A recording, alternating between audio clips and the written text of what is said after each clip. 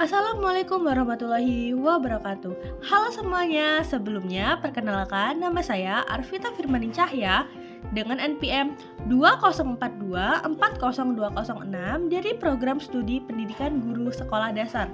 Jadi, pada video kali ini saya akan memaparkan materi tentang standar proses dan standar penilaian. Nah teman-teman, jadi standar proses itu adalah kriteria minimal proses pembelajaran yang berdasarkan jalur, jenjang, dan jenis pendidikan untuk mencapai standar kompetensi lulusan.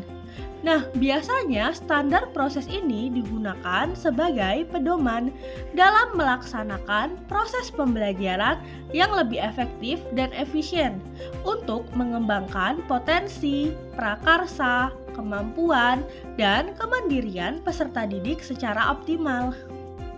Nah, yang selanjutnya yaitu komponen standar proses kurikulum merdeka, yaitu ada 3. Yang pertama yaitu perencanaan pembelajaran.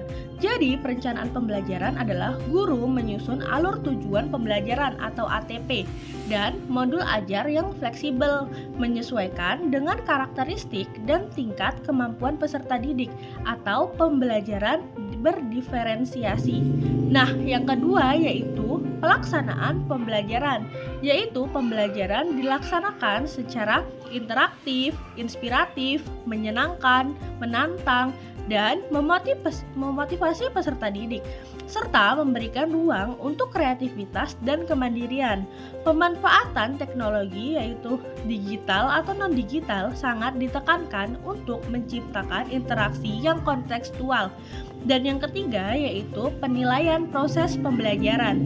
Jadi penilaiannya lebih menekankan pada asesmen formatif selama proses untuk perbaikan pembelajaran daripada sekedar sumatif atau akhir. Nah, materi yang selanjutnya yaitu standar penilaian pendidikan. Jadi, standar penilaian pendidikan adalah kriteria minimal mengenai mekanisme hasil belajar peserta didik. Penilaian pendidikan ini merupakan proses pengumpulan dan pengolahan informasi untuk mengukur pencapaian hasil belajar peserta didik. Itu mencakup penilaian otentik, penilaian diri, penilaian berbasis portofolio, ulangan harian atau ulangan tengah semester, dan ulangan akhir semester. Ujian tingkat kompetensi, ujian mutu tingkat kompetensi, ujian nasional, dan ujian sekolah atau madrasah. Nah, kemudian yaitu ada prinsip dasar penilaian pendidikan dalam kurikulum merdeka. Yang pertama itu ada penilaian formatif, yaitu yang bertujuan memantau dan memperbaiki proses pembelajaran serta mengevaluasi pencapaian tujuan pembelajaran. Nah, yang kedua yaitu ada penilaian sumatif. Nah, penilaian ini dilakukan pada akhir lingkup materi atau semester untuk menilai pencapaian hasil belajar peserta didik. Yang terakhir yaitu prinsip utama, penilaian harus adil, valid, reliable, dan transparan. Dan kemudian fokus pada proses, yaitu menekankan pada perkembangan belajar peserta didik. Nah, dari beberapa materi sebelumnya, kita dapat simpulkan bahwasanya standar proses menjadi pedoman pelaksanaan pembelajaran yang interaktif, kontekstual, dan berdiferensiasi untuk mengembangkan potensi dan kemandirian peserta didik.